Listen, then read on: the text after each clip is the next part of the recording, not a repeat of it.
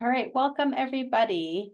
Today in our conversation, we have the honor and privilege of speaking with Dr. Sara Glass, who we'll introduce in a moment, and we'll share more about her memoir, Kissing Girls on Shabbat, her journey out of ultra-Orthodoxy, and we'll have a discussion about how this relates to Footsteps work more broadly in our members in this particular moment in time.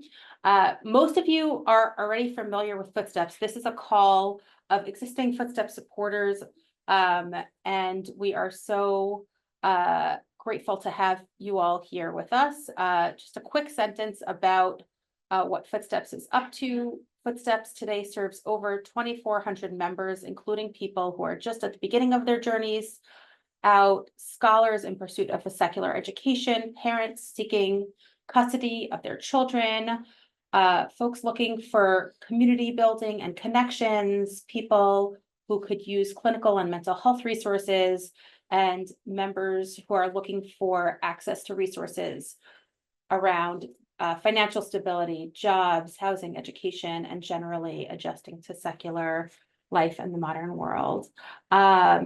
Also timely for today, we have a recent survey of our members from this past year, and almost half of them have identified as somewhere along the LGBTQ plus spectrum. And while those who leave the fold many face a lot of punitive reactions from loved ones, those who leave and come out as queer face an even greater stigma, and just likelihood of having a really hard time being accepted in their communities and with their families. And so that makes our conversation today more timely as well. Sara and I will be in conversation, and after that, we'll open up the floor for questions. If you do have questions ahead of the Q&A, you could direct them to our new-ish, not so new, Director of Individual Giving, Michelle. Michelle, can you just say hi? I know I'm being spotlighted, but you could search for Michelle in the chat, and type the name Michelle in, and you'll find it amongst the participants, and you could send her your questions. And she'll also be fielding all questions for the Q&A during Q&A time. So again, thank you so much for your support, for being here. And without further ado, I'm thrilled to introduce to you Dr. Sara Glass. Dr. Sara, I call Sara, is a therapist, a writer, a speaker who helps individuals of the queer community, as well as those who have survived trauma, to live bold, honest, and proud lives. Sara has a PhD in psychology from Capella University and a master's in social work from Rutgers, and is a proud Footsteps member. Sara, we're so happy to have you here today. This is my week. I'm so excited to be here. I'm so excited too, Sara. Hooray. Good. All right. So when we were preparing for this last Friday, you shared something that struck with me, and I wanted to start with it. You talked about how your journey out of ultra-Orthodoxy was quite unique. And I'm curious if you could just start with the ways in which you feel like you shared that you felt like you were better positioned than many people who often walk through Footsteps doors. And I'm curious for you two things, like what was challenging for you despite that, right? Like what were the key obstacles for you? And we'll get deeper into some individual things as we go, but and also what do you see as the key challenges that individuals face as they leave today? Yes. Okay. So those are really good questions. I'm just wondering, should I give like a 2-minute synopsis for people who may not yet have read the book? Sure. You are welcome to do that. This interview does not necessitate folks having read the book yet. Right. Oh, okay. Yeah, that's true. So just for anyone who maybe received this in the mail but hasn't yet read it, it's okay. I have 5 books I'm currently in the middle of reading, but I don't want you to feel like you don't know what's going on. So just to sum it up, I was raised in Hasidic Borough Park, my father was in the full garb, the whole fur hat and everything. I went to a single gender school. and was married off at 19, despite having a secret closeted like girlfriend on the side, that nobody knew about. I barely even knew what to call that.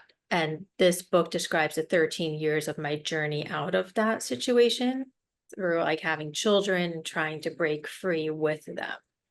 And I'm currently speaking to you from my office in Midtown Manhattan, and my children are in college, the ones who were born in the Hasidic community. So I'm just like also someone who is a Footsteps member. I get a lot of like contact from people who are on similar journeys.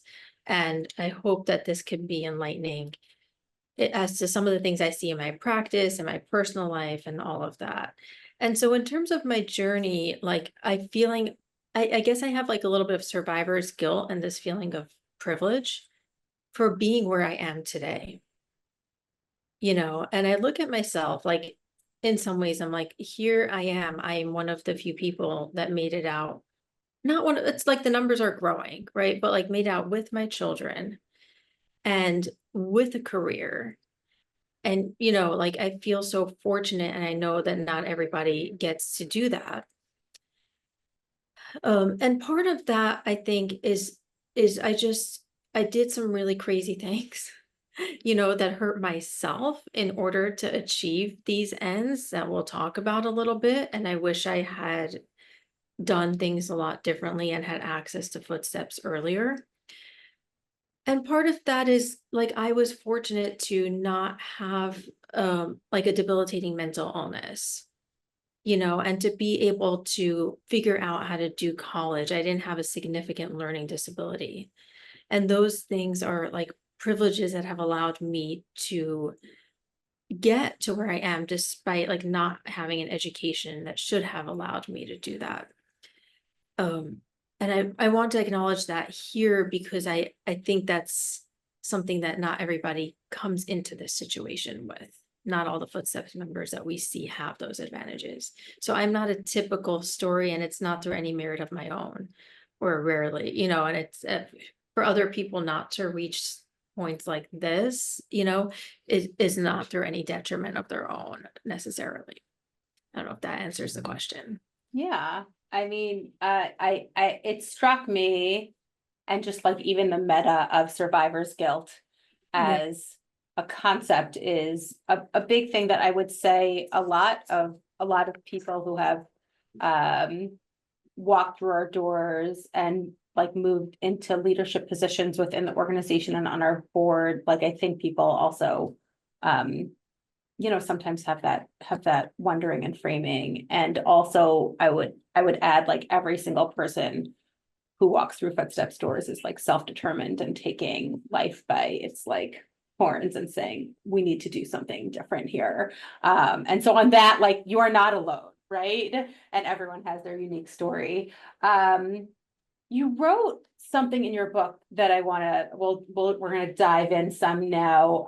You wrote in my life plan, I was supposed to go from my father's house to my husband's care, a path that made financial responsibility a superfluous skill.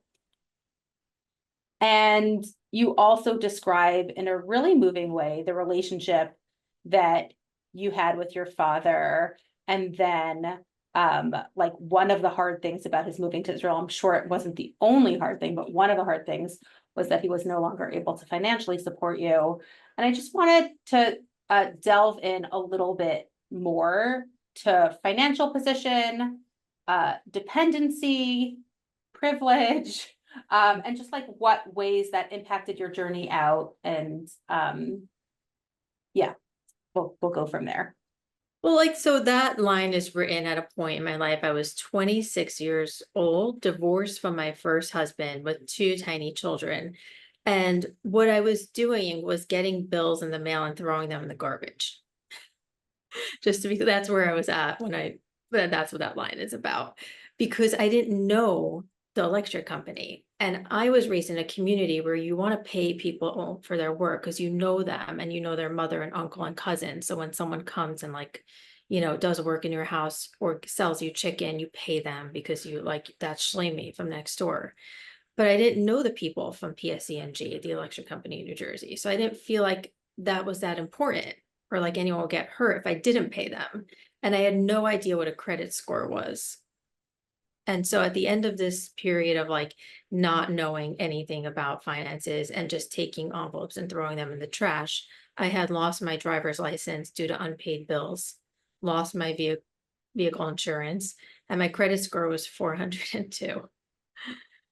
Which I then at some point had to face and learn that you can't really do anything in this world with that. And at that point, I already had a master's in social work from Rutgers University in New Jersey. I was working as a social worker, and one would assume that I knew like how to walk through the world, but clearly was lacking major, major skills. Yeah, yeah. And I'm curious, something that you said to me actually in the spring when you were at an event where we were launching our housing initiative. You turned to me and you said, like, I wish I had really known all of the things that Footsteps had to offer earlier, and that I was less afraid. And you just said something also like, I wish I had access to Footsteps earlier. I'm curious for you, like, what are the different pieces? Like, what makes you say that? And yeah, what? Yeah, I think that's a great jumping off point, especially like, so given that financial situation I was in at 26, I divorced my first husband, and I thought to myself, like, maybe I get to date women again. Maybe I get to come out of the closet. And I did go on a date with like one woman, but I was so afraid for a lot of reasons to like pursue anything other than being Orthodox. One of those reasons was that I was forced into signing a divorce agreement that basically said that if I deviated from the path, I would lose my children. We literally had me sign that.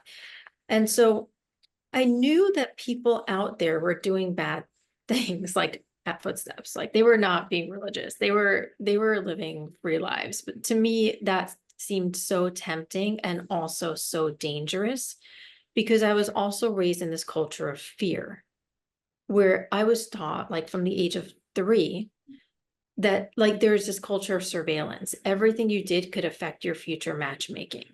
Everyone knew everything you did. If you had the wrong shoes that season, they would think your family didn't have enough money, and that would affect your match when you were an adult. And also that God could see into my mind as a 3-year-old. God could see everywhere. And so for me to even think about calling Footsteps, it made me like really afraid that God would punish me and that I would lose custody of my children. And some of those fears were perhaps accurate, and some of them were just conditioned, like brainwashed beliefs that I wasn't capable or equipped to battle at that point in time. And I wish I had been less scared, because now that I know everything, like how Footsteps handles intake calls, I think it would have been totally safe in actuality. I think that like Javi Weisberger would have answered the phone or someone like that and just said, it's okay. We won't tell anybody you called. No one will ever know. But what can we do for you? I know that now, but I was too scared to even find out if that was true then. And so what I did was I married another man. And that was a damn shame. You know, that shouldn't have happened. Yeah, that culture of fear is so huge, and it actually makes me think about one of the trainings that I sat through in the beginning of my time at Footsteps. I'm turning on 15 years, so this may be going 14 years back. But our lead clinician would say to us, and he was training social work interns, and I was sitting in on it. He would walk us through a visualization of like, what do you think it's like for people to walk down the hall out of the elevator and like walk? At that point, we weren't doing virtual intakes, right? Like this was before, and that was on purpose, right? We felt like this is such a heavy thing for folks, like they should make a decision by walking through doors. And we've shifted some of that over time, but just the weight of picking up the phone or walking through the door at Footsteps is so huge in fear. and or like to around the issues of fear. And I'm curious, actually, I know yesterday you led a training with a group of therapists that Footsteps refers to, and we're building up our training and resources for therapists who serve our members and for other practitioners who serve Footsteppers. I'm curious, what struck you about that training? What were things that you shared to other clinicians, knowing what you've learned as a clinician about serving this population? It's so complicated because I still have Orthodox Jewish clients. I'm still Yiddish speaking, right? I'm in my office in Midtown. I have a play therapy set up right here. And so kids who are like sexually assaulted in the Hasidic community do come here and receive Yiddish play therapy for trauma. So I'm very like still hooked in to the community and collaborate with therapists in the community. One interesting thing that came up in that training was this idea that like for those of us who see some of the damage of like the community or some of the damage that is caused to our clients, how do we then collaborate with therapists who are still inside the community? And one of the questions that were asked was like, this clinician who has a client who's queer identified, LGBTQ identified, and that client also sees a therapist who's Orthodox, and the Orthodox therapist is using conversion therapy, essentially saying like, we can help you not be this way. We can help you not be gay. And therapist in the training was like, what do I do with that? And so we talked about how do we maintain lines of communication and not break them down. It's really easy for us on the other side to be like, well, we know better. And like, you're the ones who are doing the unethical conversion therapy. But instead, we want to use these as opportunities to connect and to educate gently and carefully and, maintain that like openness within ourselves so that we could be effective. That's like such an interesting conversation. And here at Footsteps, we've thought so much about like, what's the relationship we should have with practitioners in the community. And I love the concept of just like, it doesn't need to be, and where we've come to is like Footsteps is probably not the right actor, but individual practitioners and therapists who are in various networks. It makes so much sense. And I think that one of the things I'd love to explore with you and to help our supporters understand is like, how has the approach to mental health shifted in the ultra-Orthodox community? And then what does that mean, or to even people leaving or people who are queer, right? Like there's so much that has shifted to some amount. I'm curious what you've seen shifted in the last, 20 some odd years since you were in the community. I don't know exactly how many years it's been. Well, I only left a few years ago, like 2017. Okay. Yeah. And there was we could have another conversation about what does it mean to leave and that piece. I guess what I'm curious about is like, how have you seen the community shift, and what is that meant for practitioners who are helping people in their journey out, and also for just generally speaking for people to lead self-determined lives, whether they decide to stay or leave, because ultimately that's what Footsteps is about self-determination, and people being able to live authentically.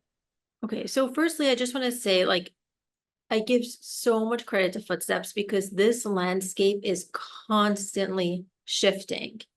It is shifting so quickly and so comprehensively all the time. Like when Footsteps started, people barely had access to the internet on their Blackberries. And now we have people like who are full on in Hasidic garb, not acting Hasidic at all online. And attitudes are shifting. And you're also working with a population where everyone needs to be different and special, and nobody wants to be part of the general group. And so you're always starting these separate initiatives where people could like still find their way through the door without feeling like they're one of the, problem. It's just like incredible what you guys do. Every time I come to your office or I talk with one of your staff, you're shifting with the landscape at a rapid. Thank you. So it's like, yes, when you're talking about what have I seen shift, so much, so much. And in a way, like part of it makes it more challenging because I have seen the Hasidic community grow, you know? And it's like we want to give credit where credit is due. And also sometimes that makes it more difficult for people to live self-determined lives. For example, one of the things that used to happen for like is they would just cut off queer family members or family members who didn't want to be religious. And with like access to education and online resources and support groups, many Orthodox parents aren't doing that anymore. They're saying, you can come home anytime, sweetheart. I have potato kugel for you.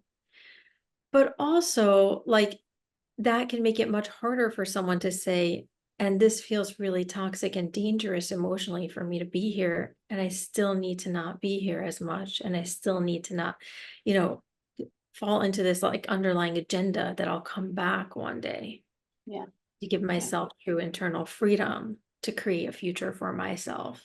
So, I think the shifting landscape is it's like both really good and encouraging. We want that to keep happening and also creates new challenges. Yeah.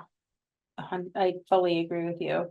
I'm curious about that shifting landscape and around LGBTQ, like attitudes to folks who are queer and come out, and like the double coming out story for you, right? Like what that was like, what's unique about it, and why do you think we're seeing more people who are queer, more and more people who are queer coming to Footsteps? In recent years. What is that? What are your theories I there? think it's because of like lesbian TikTok. If you're on social media, there's so much queer content that is so helpful. And and in the pandemic, especially, like a lot of people, of course, there are studies, like there's a Bumble study from the dating app about more people identifying as queer 1 year into the pandemic because people had time to step back and like go on social media and, access resources. So that's part of it. But in terms of the rising number or like the disproportionately large number of queer Footsteps members. So I'm also the clinical supervisor for Jewish queer youth, where I work with like the staff at JQI. They run a drop-in center, and it's like in Times Square, a room full of colorful beanbag chairs where kids come and eat pizza, and they can live into their queer identities in ways that are not safe in their Orthodox households. We do a survey at the beginning of every intake, like at every intake, and we ask the kids just a few questions about themselves. One of the questions we ask is, have you ever considered suicide? Of JQI youth, 70% have considered suicide. That number is it's at least 1/3, nearly double the rate for queer youth in other religious communities. And that's because in the Orthodox Jewish community, it is really difficult for anyone to envision a queer future. It's really, really difficult. And so for these kids who are like in the community, it's like, I could never marry someone I love. I will have to be in this either singleness, like pathetic singleness, or in a marriage that's non-consensual. And I just want to die. Yeah. There's no way out. And so Footsteps has become a haven and an alternate, and it's life-saving. Yeah. We sit with that a lot. Yeah. We sit with it a lot, and our response rates around that question are very similar around suicidality. And many people have shared that it's a lifeline, no matter their gender identity and sexual orientation, right? And especially. And even just knowing Footsteps exists, like I Yeah. know every time you post on social media, there are people who are looking at it under assumed like fake accounts. There are people who are looking at the post and not liking or commenting. They're just stealth online, but they need to know that you exist for that day when they have the strength to call. Yeah. And we've been so grateful, Sara, that you've done so much like work for us around just like some videos that you've put out speaking to that, letting people know like Footsteps is here for you, even if you can't call. So thank you for that. I want to go back to something that we sort of brushed over that I think is really important. So you were like, you shared before, oh yeah, at the time that I didn't know that it was important to pay bills to Con Ed, I happened to have an MSW from Rutgers. So, you somehow growing up Ger Chassid, which is a very restrictive sect, knew you wanted to get an education, knew you wanted to be a social worker, you did it, and then you got a PhD also. And you've shared with me the importance of education as a service that Footsteps offers. And I'm curious, and you also shared that, part of your leaving was for your kids, and you dedicated the book to them around their choices, especially around education. You started this call sharing that your kids are off to college, which is so exciting. So I'm curious if you could speak more about your frame on education, how you were able to get there when others aren't, and also the importance of this in sort of the pillars of what Footsteps has to offer and people's journeys out. Yeah, I mean, simple. I've also commented on the Times piece about the lack of education in the Hasidic school system. It's like there was this one point where I went to a Broadway show with my kids after we moved to the city, and it was our first Broadway show. We went to see Wicked. And we were like newly ex-Orthodox. So my daughter was in her like first pair of jeggings, like she didn't want to wear jeans yet, but like she was in her like first pair of little pants after wearing skirts. We sat down in the theater, and I am, of course, still very newly traumatized. And one of the lines in Wicked was about caging the young animals. The person who caged young animals said, we caged them young, so this way they never learned to speak. And that was what they did in Oz, and I turned to my kids and I was like, that's what happened to us. And they're like, shut up, Mom, we're trying to watch the show. But in a way, I feel like that's a good way to describe what lack of education does. If you take away someone's ability to function in the United States outside of their enclave, you're caging them. And that they may choose to be in the enclave. The enclave might have perks, but you're taking away their choice. Right. And I recognized from like my own, even at 19, I knew I wanted to be a therapist. Like I knew I could be a good one. I also had family history of mental illness. And so I went to school for the purpose of fulfilling that mission of doing this work that I get to do every day. But then like what happened was it bought me my freedom.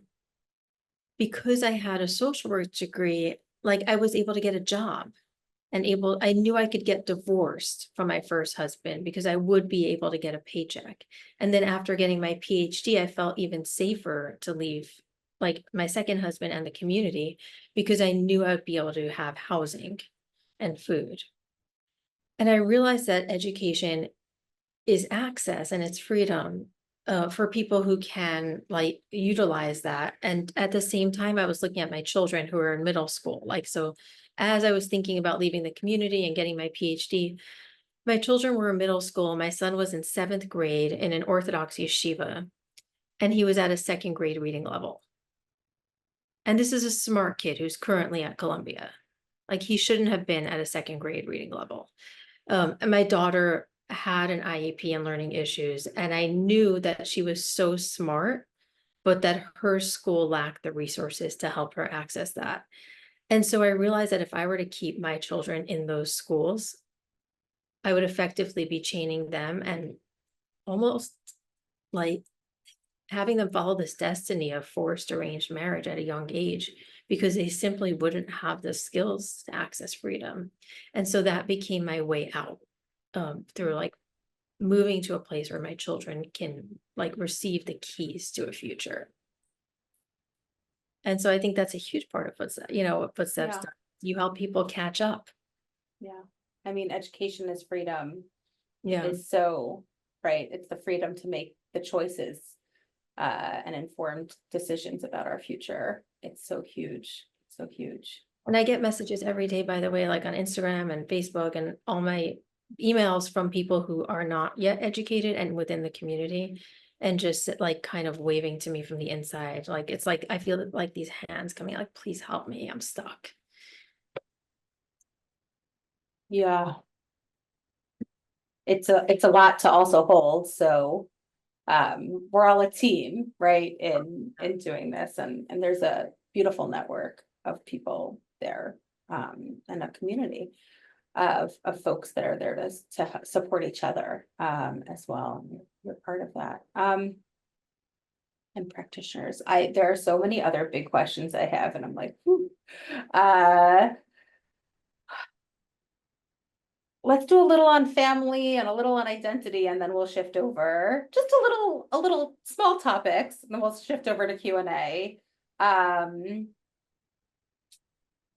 So like one of the common misconceptions that I think some people are coming to a place where it's not a misconception anymore, but one of the common misconceptions is that when people leave, there's like a complete break with their family, right? The old language of like people sit Shiva for folks when when they leave, that, you know, that there's changing understanding and more nuance there. And also your story certainly demonstrates the gray around relationships with your family. And some people might have gotten that from reading the book, or some people might not have read it yet and might take that in. And I'm just curious to hear a little bit more about the shifts you've seen around this, and also like how, you know, complex it is for folks. I mean, you spoke about it a little bit before, but is there anything more you want to add?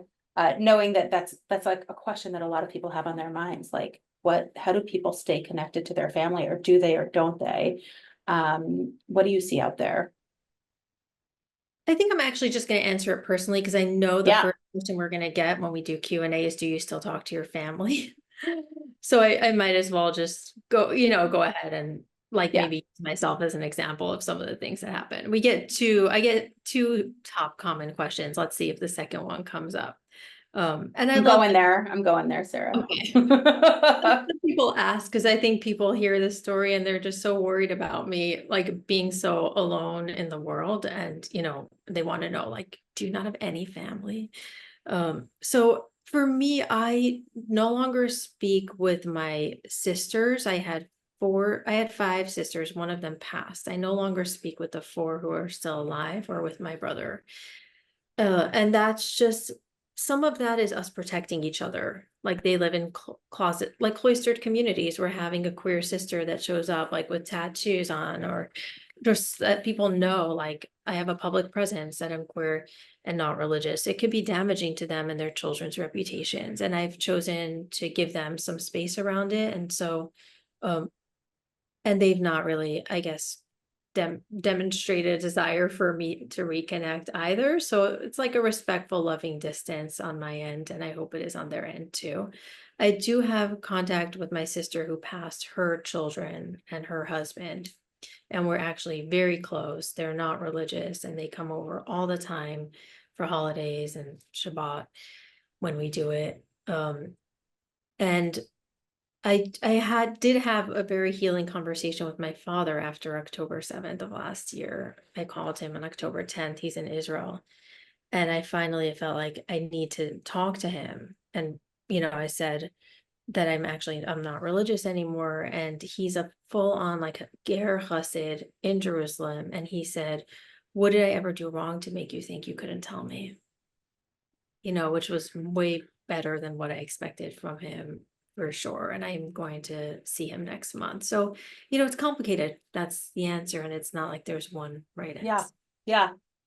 I've heard that one. I've heard that one in my own family from various people. So it's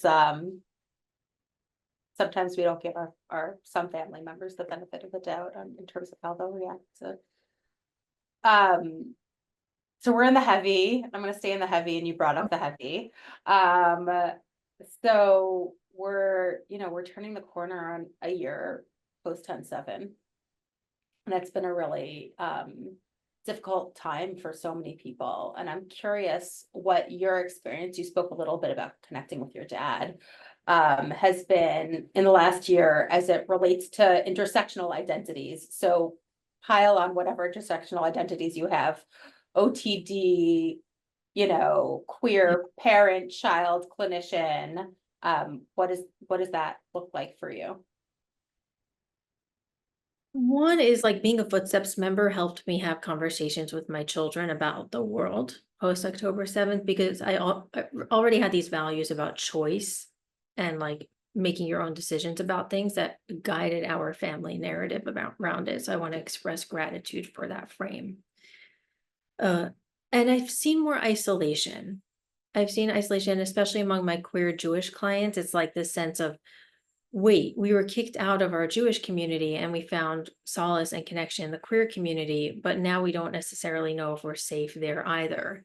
And so that becomes doubly isolating. And I've gotten a lot of messages from people saying, where am I supposed to find friends, community? How do I date? Like, I'm a queer Jew and I don't feel safe on the apps right now. For me, like the other day, I went to Ginger's, which is a lesbian bar in Brooklyn. And I walked into the bar and like immediately saw people wearing and saying things that were very that were pro-Palestine, like people wearing watermelons and flags and and that's an okay thing for people to express, but I know that, or however I feel about that, whatever, but in that bar, for me in that moment, because of my upbringing as a Hasidic Jew that was so taught to be afraid of all of those symbols, I felt fear. And I think that's how a lot of my peers and like clients have felt in queer spaces recently. Somewhere earlier in the conversation, you brought up the deep culture of fear Yeah. that you had and just reaching out to Footsteps, and then it comes that fear is kicked right back up somewhere in people's bodies around a trauma response. And so we've seen a lot of that, here at Footsteps and across the community. So I'm gonna pause. We'll shift. We'll take a minute. Let's just take a minute. That was Sorry, I also didn't some bring like like all the joy and giggles today. no, I mean this is I'm good now and I'm happy to be able to help. I just feel like it's still so dire for so many people and I we have want to be like, real. yeah. We have to be real, and there are so many people who are helping and have gotten out and on the other side. And Sarah's a beautiful, you know, beautiful partner in all this important work. So yeah, it's time to shift over to Q&A. Michelle's telling me. Michelle, how are we doing this? People are sending questions to Michelle directly, Michelle Weiser Woods. Look for her in the chat and send her questions. And Michelle will ask them Yeah, to us.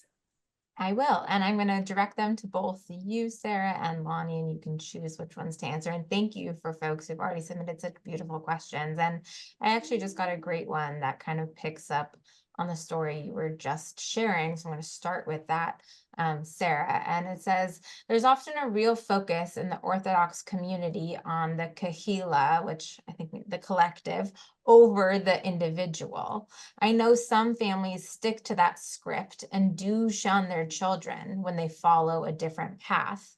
Hearing the way that Sarah's father responded to her, which was really an elevated response from one individual to another, I'll say I got the chills when you just shared that story. How do you see more of those types of reactions, one heart to another, being encouraged and fostered within the community? I actually think that probably the answer to fostering any improvements within the community is through sharing stories. I host a narrative writing group and I know you do too at Footsteps, and we both get people who have so many stories that have been untold. And like I think creating spaces where people can give testimony as to their lived experience within and outside of the community, provides narratives that people within the community can then access in order to gain compassion, understanding. Yeah, thank you. I know storytelling is such a huge way to make change. Lana, you have anything to add, or should I keep going? Yeah, no, what I want to add there is that, Sarah, you've talked about, like, just even why you write and Yeah. why you speak. And I think I had a question that I didn't ask that I'll follow up on here, is like, how has it changed you in the last number of months? Like, what's been the impact for you of this book being out and you sharing your story? And have you seen any of these, threads of relationships and compassion come? Yeah, I've had a lot of old people from my former life reach out to me and say, like, I didn't know this is where you ended up, like, because I kind of just fell off the face of the earth, and like, I'm rooting for you, and I'm so proud of you, like religious people, which has been, I think they needed to hear, they heard that I was like this crazy lesbian who like ran off to the city, or whatever narrative people in the community create when you leave. But then they read my words and they were like, oh, you're amazing. Like, thank you for telling me how this went down for you. It's been incredibly healing. I feel like I was able to reclaim parts of my narrative and tell them in my own voice, and to reclaim my story, and also to help other people. Yeah. I think along the healing journey, another question that we got was from somebody who said, I would love to hear if either of you think that there have been positive advances in addressing mental illness in the ultra-Orthodox community, because your book talks so much about the stigma around it. I think there have been a lot of positive changes. So many positive changes. There's so, like, people access therapy much. When I first began my career as a therapist, it was 2005. I was in Lakewood, New Jersey, and people would wait until mental illness presentations were so severe before bringing someone in for therapy. I worked at an inpatient psychiatric unit near Lakewood, and the Orthodox clients would come in at the worst stage of whatever illness they were suffering. Other people would come in at the beginning of the manic episode. Orthodox clients would come in 3 weeks in, once the whole house was cut to shreds. Like, it was so bad. And now, 2 decades later, nearly, we see people recognizing early signs of mental illness and seeking help much earlier.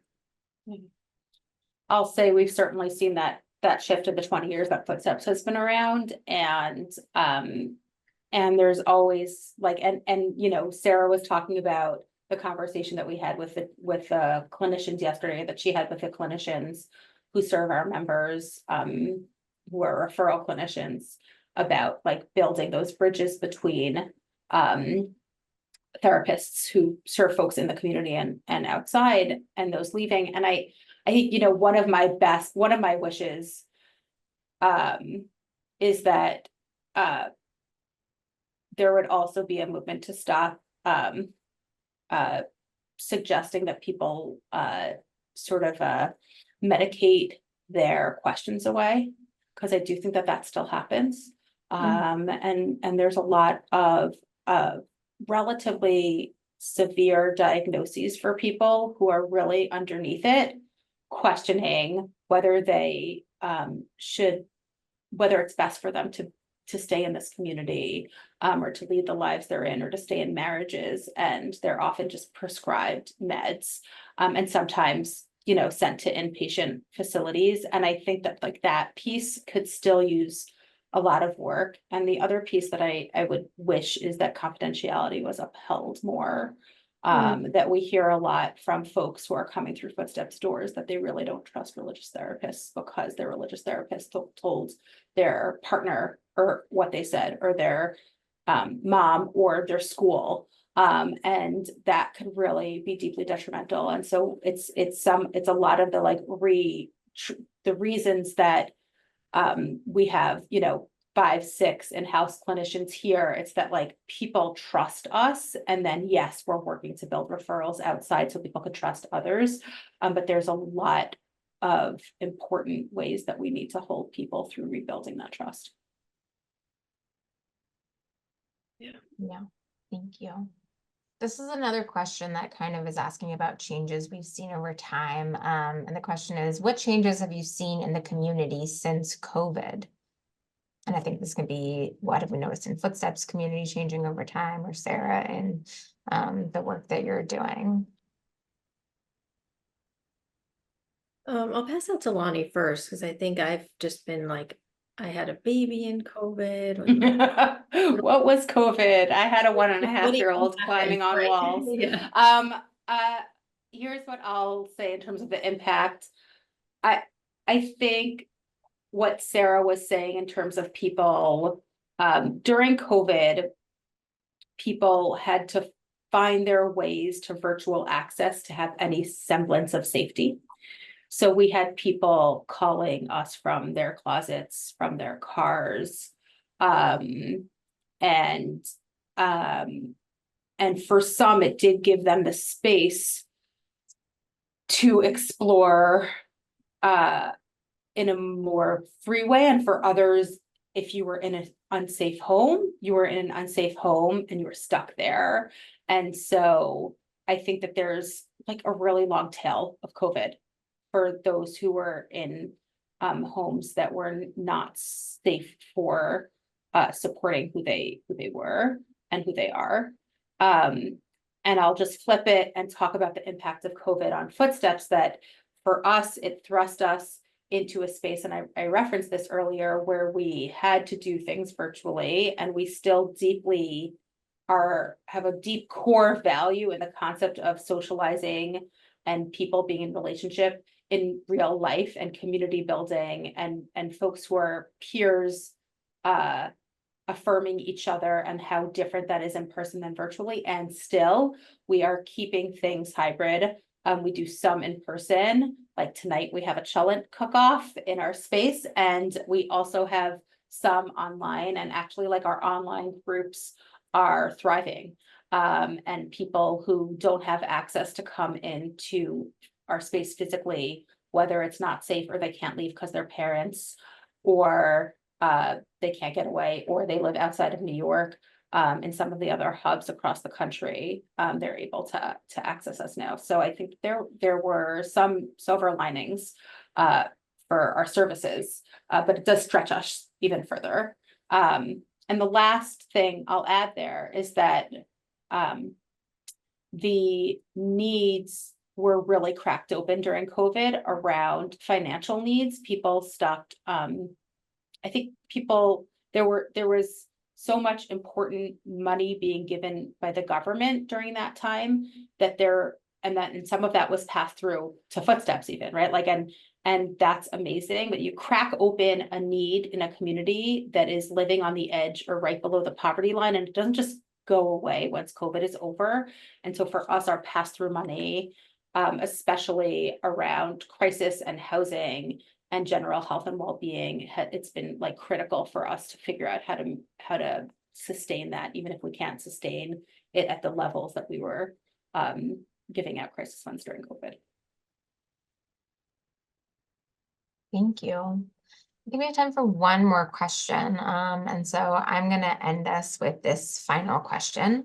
And so Sarah, this question is for you, and Lani, feel free to chime in as well. But what message would you like to leave us with today? And particularly those, and again, this is a question, I'm asking this question for transparency, but what message would you like to leave us with today? And particularly those who are passionate about supporting people who have left or are contemplating leaving the ultra-Orthodox community? I mean, just as like from my author hat, I just want to say, like, for my message would be to everybody here, like, firstly, thank you. Thank you for being here and for supporting people like me and like younger me and my clients.